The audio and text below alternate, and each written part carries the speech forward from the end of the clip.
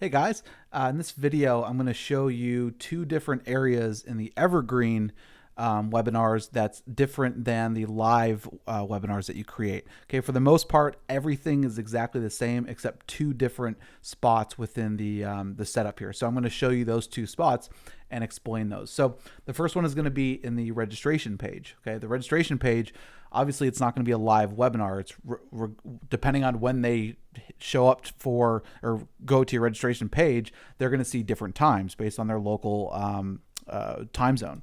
So the first thing you're going to want to do is you're going to want to select your auto webinar dates. So you could have it be an instant replay so they can sign up and then automatically see the replay right away, or you can have it scheduled for certain days of the week. So if you only want it to run on, say, Tuesdays and say Thursday and Friday, okay, then we'll only enable those days. Okay, you can blacklist certain dates if you want to. Okay, it's got to be in a certain format, so you need to follow this format structure, and you can put those in right there if there's certain days like a holiday that you don't want it to run on for whatever reason.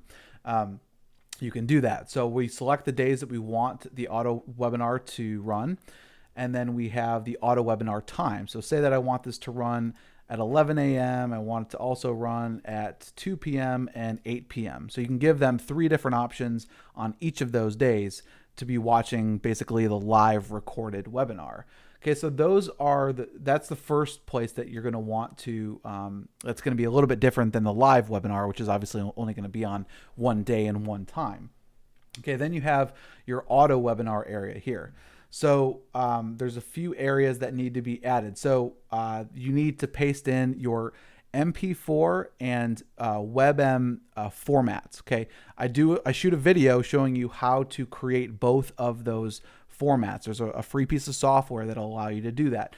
The reason that we do this is so it can accommodate all different types of devices, whether they're on a desktop or a mobile device.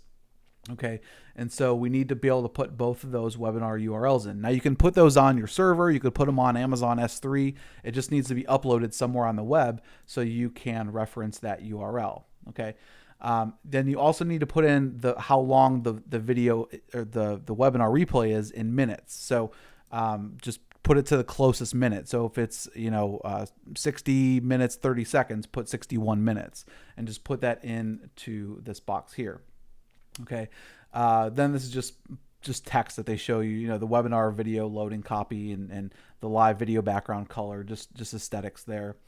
And then you also have your webinar, your auto webinar actions. Okay, so you could have little call to actions where it can show all the time. Okay, or it can be on a time based. So it can be based on a per minute, however many minutes has passed, then the call to action will show up. So this will be your button copy, your button URL, similar to what you would do with a live webinar, or you could have, then this is your call to action headline copy. Okay, so you can add in a call to action button and URL at any time during the live webinar, during the recorded webinar.